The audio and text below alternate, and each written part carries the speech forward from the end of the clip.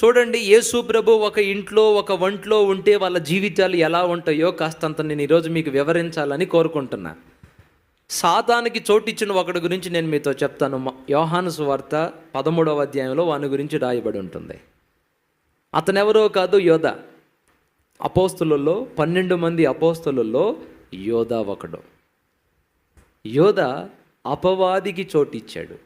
సాక్షాత్తు యేసు ప్రభు పక్కనే ఉంటున్నాడు, యేసయ్యతో కలిసే నడుస్తున్నాడు. కానీ వాని హృదయంలో యేసయ్యకు చోట్లేదు. మరి ఎవరికి చోటుందండి? సాతానును తన హృదయంలో చేర్చుకున్నాడు. సాతాను ఒకడి హృదయంలోకి వచ్చే ముందు వాడికి డోర్ ఏంటో తెలుసా? ఒక వ్యక్తిలోకి సాతాను ఎలా ప్రవేశిస్తాడో తెలుసా? మీరు చూడండి, యోహాను సువార్త 13వ అధ్యాయం, అక్కడ మీరు చదువుకుంటే ఈ మాట రాసి ఉంటుంది. అంతకు ముందే యోధా హృదయంలో సాతాను ఒక ఆలోచన పుట్టించాడట. ఏమని ఆలోచన పుట్టించాడు? యేసు ప్రభుని డబ్బులకు అమ్ముకుందాం, యేసు ప్రభుని అమ్ముకొని సొమ్ము చేసుకుందాం, ఆయనతో జీవితం ఏదో సంతోషంగా ఉంటుంది, ఏదో అధికారం ఇస్తాడు, సింహాసనం ఇస్తాడని అనుకుంటే సంచంతా ఖాళీ చేస్తున్నాడు. ఇచ్చిన కానుకలన్నీ ప్రజలకే సమర్పిస్తున్నాడు. ఇంకెంతో బ్రతికితే నాకు మిగిలేది ఏమీ లేదు, అడుక్కోవడానికి ఒక చిప్ప తప్ప. ఎలా చేద్దాం? ఈ బోధకుణ్ణి ప్రధాన యాజకులకు అమ్ముకుంటే కాస్తంత సొమ్ము వచ్చుద్ది. ఎంత నొక్కేద్దామన్నా, ఎంత కొట్టేద్దామన్నా ఎక్కువ డబ్బులు రావట్లా, అంత చిల్లరే మిగులుతుంది. యేసు ప్రభు నమ్మేసుకుంటే బాగుండిద్ది అని సైతాన్ గడు ఒక క్రొత్త ఆలోచన పుట్టించాడు. అయ్యా చదువుతావు తమ్ముడు. 2వ వచనం. వారు భోజనము చేయుచూ ఉండగా ఆయనను అప్పగింపవలనని సీమోను కుమారుడగు ఇస్కరియోతు యోధ హృదయములో అపవాది ఇంతకు ముందు ఆలోచన పుట్టించి ఉండెను గనుక. ఆగండి. అంతకు ముందే ఆలోచన పుట్టించాడు. ఏమని? యేసయ్యని అమ్ముకుందాం, యేసయ్యని బజారులో వ్యాపారానికి పెడదాం, బేరం ఆడదాం, డబ్బు చేసుకుందాం, మంచిగా బ్రతుకుదాం. ఈ ఆలోచన ఎవరు పుట్టించారంట? వాక్యం ఏం చెబుతుంది? యోధాకి తనంతట తానుగా పుట్టిన ఆలోచన. చెప్పండి, యోధాకి తనంతట తానుగా పుట్టిన ఆలోచన. స్పష్టంగా లేఖనం చెప్తుంది, సాతాను ఆ ఆలోచన పుట్టించాడు. ఒకసారి గట్టిగా స్తోత్రం చెప్తారా? గట్టిగా చెప్తారా? మన హృదయంలో కొన్నిసార్లు రకరకాల ఆలోచనలు పుడతాయి. మనం అనుకుంటాము ఇవి మనకుగా కలుగుతున్నాయి అనుకుంటాం. సహజంగా మనకొచ్చినాయి, మనం అలా ఆలోచిస్తున్నాం అనుకుంటాం. కాదు, కొన్ని మన ప్రమేయం లేకుండానే మన మనసులో పుడతాయి. సైతాను పుట్టిస్తాడు. ఇప్పుడు ఆ పొలంలో కరివేపాకు ఉందండి. ఒక మనిషి విత్తనం వేయకుండా అక్కడ చెట్లు ఉన్నాయా? ఇప్పుడు కళ్ళ ముందు మనం చెట్లు చూస్తున్నామంటే ఎవరో ఒక రైతు కాసిన విత్తనాలు అక్కడ చల్లాడు. ఆ భూమిలో ఒక విత్తనం వేశాడు, అది మొక్కై మొలిచి పెద్దయింది. ఈరోజు ఎవరు వేయకుండా చెట్టు ఉండదు కదా. అలానే చెప్తున్నాను వినండి. మీరు అనుకుంటారు స్వతహాగా ఈ ఆలోచనలు నాకే పుడుతున్నాయని, కానీ కొన్నిసార్లు సైతాను కూడా కొన్ని ఆలోచనలు పుట్టిస్తాడు. ఈ యోధాకి యేసయ్యని అమ్ముకుందామని ఆలోచన పుట్టింది. పుట్టిన ఆలోచనని చంపాలిగా. ఏమండి, పుట్టిన ఆలోచనని చంపాలా లేదా? కానీ వాడు ఏం చేసాడో తెలుసా? ఒక విత్తనం భూమిలో పెడితే నీళ్లు పోసాడు, ఎరువేసాడు, బలం మందు కొట్టాడు, చెట్టు పెద్దదయ్యేటట్టు తీసుకోవాల్సిన చర్యలన్నీ తీసుకున్నాడు. ఒక ఆలోచన అలా వేశాడండి. యోధ ఆ ఆలోచనను చంపుతాడా? చంపడా? తరిమి కొడతాడా? తరిమి కొట్టడా? చంపలేసుకొని చీచి నాకేంటి బోధకుండా అమ్ముకోవాలన్న ఆలోచన వస్తుందేంటి, ఛీ పో సైతానా అంటాడా? ఇదేదో బాగుందే, ఇదేదో మంచి ఆలోచన, బాగుంది, భలే ఆలోచన పుట్టింది, వండనిచ్చాడు. దానివల్ల ఏం జరిగిందో తెలుసా? ఆ పక్కన 27వ వచనం చూడండి ఒకసారి. వాడు ఆ మొక్క పుచ్చుకొనగానే సాతాను వానిలో ప్రవేశించెను. ముందు ఆలోచన పుట్టించాడు.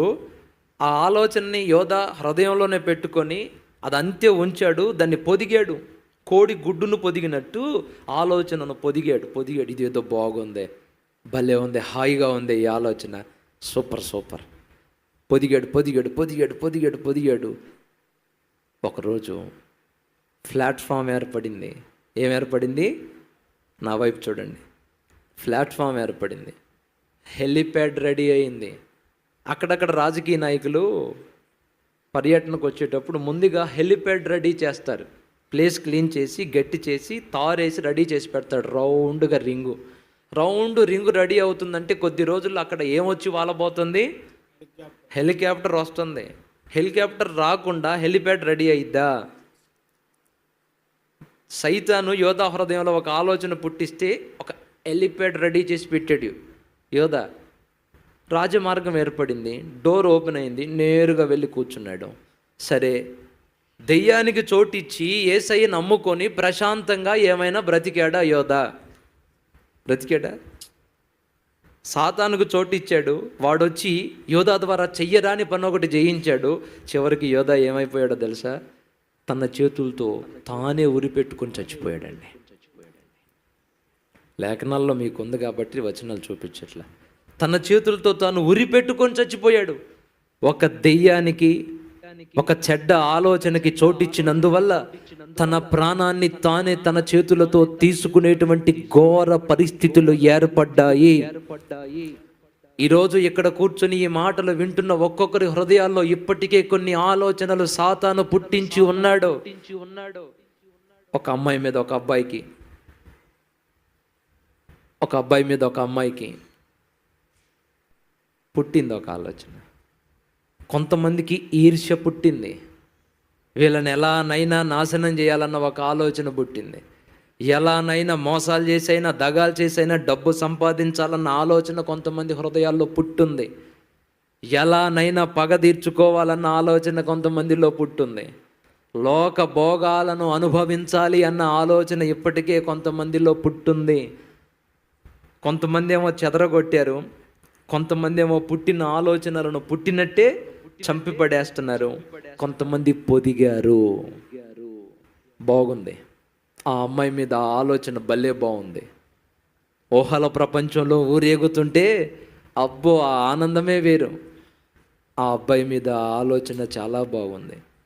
అబ్బా, ఈ తప్పు చేస్తే, ఈ పొరపాటు చేస్తే, ఈ మోసం చేస్తే బాగా సొమ్మొచ్చి పడిద్ది. భలే ఉంది ఆలోచన. ఊహల్లోనే ఆనందపడుతుంటారు. గుర్తుపెట్టుకో, సాతానికి హెలిప్యాడ్ రెడీ చేస్తున్నావు నువ్వు, రాజమార్గం ఏర్పాటు చేస్తున్నావు. ఆ ఊహలు అలానే ఉన్నాయి అనుకో, ఆ ఊహలు అలానే పొదుగుతున్నావు అనుకో, సాతాను నిన్ను వశం చేసుకుంటాడు. ఆ తర్వాత నేనేనా ఇది చేసింది అనుకుంటావు. నాకు తెలిసిన ఓ సోదరుంది, సొంత భర్తని గొడ్డలతో నరికి చంపింది. కారణం ఏంటో తెలుసా? వేరే వ్యక్తితో అక్రమ సంబంధం పెట్టుకొని అతనితో జీవిస్తుంది. తరచూ భర్త అడ్డొస్తున్నాడు.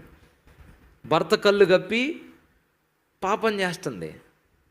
పసిగడుతున్నాడు, అడ్డొస్తున్నాడు. ఒకరోజు సాతాను ఆలోచన పుట్టించాడు, వేసేస్తే పోదు. ఏందంటే ఆయన ఉండే ఉపయోగం ఏముంది? వేసేస్తే పోదు. ఆలోచన వచ్చింది, చంపలేసుకుందట. చీ, నా భర్తను నేను చంపడం ఏంటి, ఎంత తప్పుడు ఆలోచన, చీ అనుకుంది. కొద్ది రోజులు పోయిన తర్వాత మళ్ళా సాతాను వేసాడు. వేసేస్తే పోతావు, పొద్దుగూకులు అడ్డొస్తున్నాడు, వేసేద్దాం, హాయిగా బ్రతికేద్దాం, చంపేద్దాం, హ్యాపీగా నా ప్రియుడితో బ్రతికేద్దాం అనుకుంటుంది. కాసేపు ఏమో వద్దనుకుంటుంది, కాసేపు ఏమో బాగుంది, ఇదేదో వేసేస్తే పోద్దుగా అనుకుంటుంది. ఒకరోజు అలానే ఆలోచన ఉంచి పొదిగి ఫిక్స్ అయిపోయింది, వేసేద్దామని. ఫిక్స్ అయిపోయిందండి, ప్లాన్ గీసిందండి. 2 పిల్లలు. సాయంకాలం భర్త మందేసుకొని వచ్చాడు. పిల్లల్ని మీరు ఆడుకోపోండ్రా అని పంపించింది. మందు తాగి మంచం మీద పనుకున్నాడు. అప్పటికి గొడ్డలో ఒకటి రెడీ చేసి పెట్టింది. ఆదమర్చి నిద్రపోతుంటే గొంతు మీద కొడితే దెబ్బకి తెగిపడిందంట మేడ. ఆ రక్తం, వేడి రక్తం చివ్వున మొఖాన కొడితే అదో తెలియని ఆనందం అనిపించిందంట ఆమెకి, ఒక తెలియని సంతోషం. ఇంటర్వ్యూ చేసాము ఆమెతో. అమ్మ, నీ భర్తను చంపుతున్నప్పుడు భయం కానీ బాధ కానీ లేదా? లేదన్నయ్య, ఆ రక్తం వేడి వేడి రక్తం అలా ముఖాన కొడితే అదో తెలియని ఆనందం. అయిపోయింది. తర్వాత ఏం చేసావు తల్లి? ఆ ఇంట్లోనే గొయ్యి తీసి ప్రియుడిని పిలిచి గొయ్యి తీసి, మట్టిల్లు అది, పల్లెటూరు మట్టిల్లు, గొయ్యి తీసి గోతులో పుడ్చిపెట్టి మొత్తం పేడ కల్లాపుతో మొత్తం చల్లేసి గొడ్ల తీసుకెళ్ళి పొయ్యిలో పెట్టి పొలలో అది కట్టెలు పోయి తగలబెట్టిందంట. అమ్మా, సొంత భర్తను చంపేటప్పుడు ఏ భయం వేయలేదా నీకు అన్న? ఆలోచనలు వచ్చినప్పుడు కాస్త భయం అనిపించిందన్న. నా భర్తను చంపితే నా పరిస్థితి ఏంటి, నా పిల్లల పరిస్థితి ఏంటి, జైలు పాలైపోతానేమో కదా అనిపించిందన్న. కానీ తరచూ అదే ఆలోచన, అడ్డొస్తున్నాడు, ఏసేస్తే పోద్ది అనిపించింది. ఇక ఎప్పుడైతే ఒక ఫిక్స్ అయిపోయిందో, ఏసేద్దాం అనుకుందో, దెయ్యం పట్టేసింది. ఇక మనిషి లేదు, ఇక రాక్షసి రూపం దాల్చిందే. గొడ్డలు తీసుకొని మనిషిని చంపితే రక్తం ముఖం మీద పడితే హాయిగా ఉందంటే ఆమె మనిషా దెయ్యమా? మీరు చెప్పండి నాకు. ఆ వేడి వేడి రక్తం, ఉరకలో వేస్తున్న వేడి వేడి రక్తం మొఖాన తగిలితే హాయిగా అయిపోయింది, క్లోజ్ అనుకుందంటే ఆమె మనిషా దెయ్యం పట్టిందా? ఇందాక చెప్పాను చూడు, దేవుడికి నువ్వు చోటు ఇవ్వకపోతే నెక్స్ట్ వచ్చి కూర్చునేది సాతానే. చెయ్యరాని కార్యాలు చేసేటట్టుగా ఆయన నిన్ను వదిలిపెడతాడు. ఒక్కసారి ఆయన పక్కకు తప్పుకున్నాడా, ఇక నువ్వు మృగముతో సమానం, మృగమైపోతావు. జైలు పాలైపోయి అంతా కోల్పోయి నేనెందుకు ఇలా చేశానని గుండెలు బాదుకొని ఏడుస్తావు. సాతాను ఒక మనిషిలోకి ఎలా వస్తాడో చెప్తున్నానండి. ముందు ఆలోచన పుట్టిస్తాడు, దాన్ని పొదుగుతున్నాం అనుకో, ఇదేదో బాగుంది, ఇది చేద్దాం అనుకుంటా ఉన్నాం అనుకో, ఇక వచ్చి కూర్చుంటాడు వాడు, అంతే. ప్రేమతో చెప్తున్నాను, ఈరోజు తగలబెట్టే కార్యక్రమం చేయండి, కలుపు తీసే కార్యక్రమం చేయండి, స్వచ్ఛ భారత్ లాగా స్వచ్ఛ హృదయం కార్యక్రమం పెట్టండి. ఉపవాస ప్రార్థనలో పొలానికి కలుపు తీయడానికి మీలో ఎంతమంది వెళ్ళి ఉంటారండి? మీ హృదయాల్లో పాపం అనే కలుపు మొక్కలు, చెడ్డ ఆలోచనలు ఉండనిచ్చావు, ఎరువు వేస్తున్నావు, నీకు తెలియడంలా నీ ఇంటిని కూల్చిపడేస్తుంది అది. ఇలానే సౌలు అభిషిక్తుడు, ఆత్మ కలిగిన వాడు, దెయ్యానికి చోటిచ్చాడు, దురాత్మకు చోటిచ్చాడు. చోటు ఇవ్వడం వల్ల ఏమైందో తెలుసా? సొంత అల్లుడిని చంపడానికి చూస్తున్నాడు ఆయన. దెయ్యం పట్టినప్పుడల్లా ఈట తీసుకుంటాడు. చివరికి ఏమైందో తెలుసా? దెయ్యం పట్టినోడి పరిస్థితి, దెయ్యానికి చోటిచ్చిన వాని హృదయం. మొదటి యోహాను మొదటి గ్రంథం, అది యోహాను అంటున్నా, సమూయేలు మొదటి గ్రంథం 16వ అధ్యాయంలో ఈ మాట రాసి ఉంటుంది. నా వైపు చూడండి, మీరు రాసి పెట్టుకోండి. దెయ్యానికి చోటిచ్చాడు. చివరిగా సౌలు ఎలా చనిపోయాడని ఉందో తెలుసా బైబిల్లో? తన ఈట మీద తానే పడి, తన ఆయుధం మీద తానే పడి తన ప్రాణాన్ని తీసుకున్నాడని ఉంది. దెయ్యాలకు చోటిచ్చారనుకో, మీ జీవితంలో ఎవరో పాడు చేయాల్సిన అవసరం లేదు. రాయి తీసుకొని రాయి మీద చేయి పెట్టుకొని పచ్చడిగా కొట్టుకున్నట్టు మీ జీవితాలను మీరే నాశనం చేసుకుంటారు. ఒకసారి స్తోత్రం చెప్పండి. పక్కన వాళ్ళకు వందనాలు చెప్పండి. ఇప్పటికి వచ్చేసి ఉన్నాడు వాడు పక్కకి. పనుకోబిడ్డ, దేవుని సన్నిధికి వచ్చావు, తల్లి వడిలో పవలించినట్టు పవలించాలి, బొజ్జో బేట అంటున్నాడు వాడు కొంతమందితో. ఏమంటారంటే, పో సాతానాను. ఏమంటావు? పిన్నీస్ ఒకటి దగ్గర పెట్టుకో, కళ్ళు మూతలు పడితే అట్లా గుట్టేసుకో, హల్లెలూయా అంటావు. పిన్నీస్ ఒకటి దగ్గర పెట్టుకో, వచ్చిందనుకో, నీ పని చదువుతావు, నాగవే శరీరమా. కొట్టేవనుకో, ఏం పర్లా, చిన్న కట్టేని కట్టించుకుందాంలే. గట్టిగా స్తోత్రం చెప్పండి. ఇప్పుడైతే మిస్ అయిపోతే పాడవుతారండి. యోధా చోటిచ్చాడు, తన ప్రాణాన్ని తానే తీసుకున్నాడు. సౌలు చోటిచ్చాడు, తన ప్రాణాన్ని తానే తీసుకున్నాడు. సాతానుగాడు ఒక మనిషిని పూర్తిగా వశం చేసుకునే ముందు ఒక ఆలోచన పంపిస్తాడు, ఒక విత్తనం వేస్తాడు. ఎక్కడెక్కడ దేని విషయంలో మెతకబడి పాపపు ఆలోచనను వండనిచ్చావో కోకటి వేళ్లతో సహా ఈరోజు పెకలించబడాలి. ఇక్కడ నుండి మీరు వెళ్ళేటప్పుడు పవిత్రపరచబడిన హృదయాల్లాగా మారి వెళ్ళాలి. ఏ పాపం మీద జాలి పడొద్దాం, దేని మీద దయ కనికరం జాలి చూపొద్దాం. ఆఖరికి నీ శరీరమే అడ్డొచ్చిన నీ కాళ్ళు చేతులు అడ్డొచ్చిన తెగ నరకమని చెప్పాడు యేసయ్య. మత్తయి సువార్త 5లో నీ కుడి చెయ్యి అడ్డొస్తే నరికేయి, నీ కాలు అడ్డొస్తే నరికేయి, నీ కుడి కన్ను నిన్ను అభ్యంతరపరిస్తే పీకిపారేయి. ఆత్మీయ జీవితం కంటే విలువైంది మరొకటి లేదో. జాలి పడద్దు. ఏం పడద్దు? జాలి పడద్దు. ఆ అమ్మాయికి ఎవరు లేరన్నా, భర్త కూడా చచ్చిపోయాడు పాపం, నేను తప్ప ఎవరు లేరు, బియ్యం కట్టేసేది నేనే, తోడు నీడ అండ కొండ నేనే, మరి నేను వదిలేస్తే ఇప్పుడు ఎలా చెప్పండి? అయ్యా నీ మంచితనానికి ఒక వందనాలు. అమ్మా అలా ఆవిడ పెద్ద రాక్షసి అంటన్నా, అస్సలు ప్రేమ చూపుదంట, పట్టించుకోదంట, బాగా బాధపడుతున్నాడు, కాస్త నేను మాట్లాడుతుంటే ఆదరణ పొందుతున్నాడన్నా. అమ్మా నీ మంచితనానికి ఒక వందనాలు తల్లి. ఉండాల్సిన దాంట్లో మంచితనం ఉండాలి. ఇంక ఏ ఏ విషయాల్లో ఉందో అండి. యోధాకైతే యేసయ్య నమ్ముకొని సొమ్ము చేసుకుందామని ఉంది. సౌలుకేమో ఈర్ష్య, వీడిని ఎలానైనా లేకుండా చేయాలా, వీడిని ఎలానైనా చంపిపడేయాలా, రకరకాల ఆలోచనలు ఉండనిచ్చి పాడైపోయిన వాళ్ళు ఉన్నారు. లేఖనం చెప్తుంది అపవాదికి చోటు ఇవ్వద్దు. సాతాను ఎలా వస్తాడో మీకు రూట్ చెప్తున్నా. ముందు ఆలోచన వస్తుంది, తర్వాత హెలికాప్టర్ వేసుకొని దిగుతాడు వాడు, మంది మార్బలంతో దిగేస్తాడు. ఇక నీ కన్ను నీ మాట ఎందో, నీ చేతులు నీ మాట ఎనో.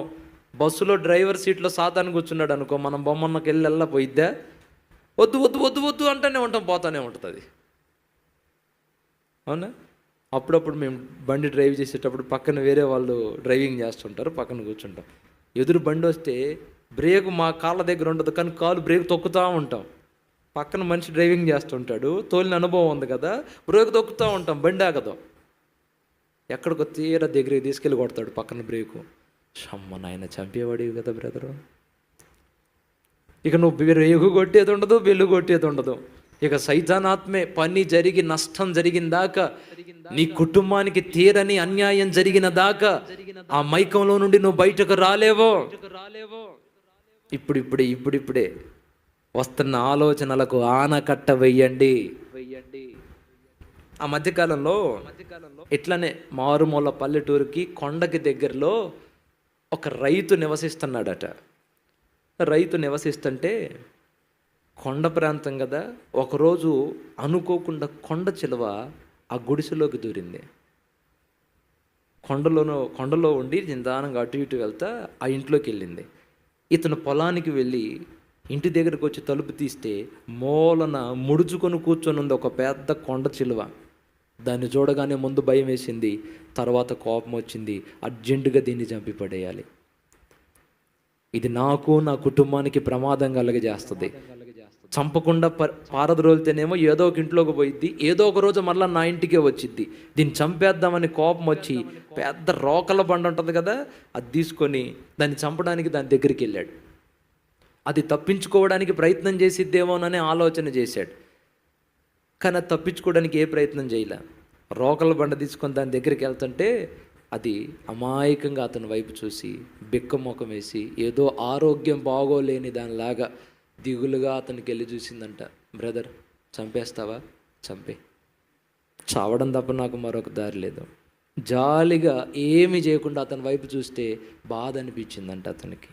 అరే ఈ కొండ చిలుక పాపం ఏదో ఆరోగ్యం బాగోలేనట్టుంది, జాలిపడి సరే చంపొద్దులే, దీన్ని ఇంట్లో నుండి తరిమేద్దాం అని ఫిక్స్ అయిపోయి ఆలోచన వచ్చి పంపించే ముందు ఒక గిన్నెడు పాలు ఇచ్చి పంపిద్దాం, ఏదో ఆరోగ్యం బాగోలేదని ఒక గిన్నెలో పాలు పోసి దూరంగా దానికి దగ్గరగా పెడితే అది అలా చూసి అట్లా తలూపి దగ్గరికి వెళ్ళి పాలు దాగి నిదానంగా ఎక్కడైతే వచ్చిందో అక్కడికి వెళ్ళి ముడుచుకొని అట్లా పనుకుందట. సరే పాపం ఈరోజు విశ్రాంతి తీసుకుంటుంది, ఇక్కడే ఉంచుదాం, పాపం మీద అనారోగ్యం వచ్చినట్టుంది పాముకని దాన్ని అలానే ఉండనిచ్చాడు. ఒక కంట కనిపెడుతున్నాడు ఎందుకైనా మంచిదని. మానవుడిలో మానవత్వం మేలుకొంది, పాలు పోసాను కదా హాయిగా బుజ్జి కన్నా బొబ్బు ఉంది అని అలా ఉండనిచ్చాడు. తెల్లారింది, ఏమీ చేయలే, అతని జోలికే పోలే. ఉదయాన్నే లేచి అతని వైపు జాలిగా చూస్తే మరలా ఒక గిన్నెడు పాలు పెట్టి పొలానికి వెళ్ళాడు. పాలు తాగి వనుకుంది, పొలం నుండి వచ్చాడు. ఆయన రాగానే ఈ పాము కొండచిలో లేచి టాటా చెప్పినట్టు అట్లా తలూపిందంట. అరే ఇదేదో బాగుందే, సరే దీన్ని ఏం చేయొద్దు, ఉంచుకుందాం, మనతోనే ఉంచుకుందాం, రోజు పాలు పెడదాం, తాగుతుంది, మనతో పాటు ఉంటుంది. ఏమైంది? అందరూ కుక్కల్ని పెంచుకుంటారు, నేను కొండ చిలువను పెంచుకుంటాను అని ఫిక్స్ అయిపోయి దాన్ని అలా ఉంచుకున్నాడు. రోజులు గడుస్తున్నాయి, పాలు పెడుతున్నాడు, తాగుతుంది, ఏమీ చేయట్లా. ఒకరోజు ఉన్నట్టు ఉండి అతని దగ్గరికి వచ్చి అతను అలా చేయి పెడితే ముద్దు పెట్టిందంట చెయ్యికి. అబ్బా సూపర్, ఎంత ఎంత ముద్దుగా ముద్దు పెట్టింది, అబ్బబ్బబ్బా సూపర్ అని ఆ రోజు నుండి ఉదయాన్నే పనికి పోయి సాయంత్రానికి ఇంటికి రాగానే రావడం, ముద్దు పెట్టడం. రోజులు గడుస్తున్నాయి. ఈసారి కౌగిలించుకుంటుంది పాము. ఏం చేస్తుంది? కౌగిలించుకుంటుంది పాము. అర్రెర్రెర్రే, సూపర్ సూపర్, ఇలాంటి కొండ చిలువని ఎక్కడా చూడలే నేను. ఇది మంచి కొండ చిలువ, ముద్దు ముద్దు బుజ్జి కన్నా.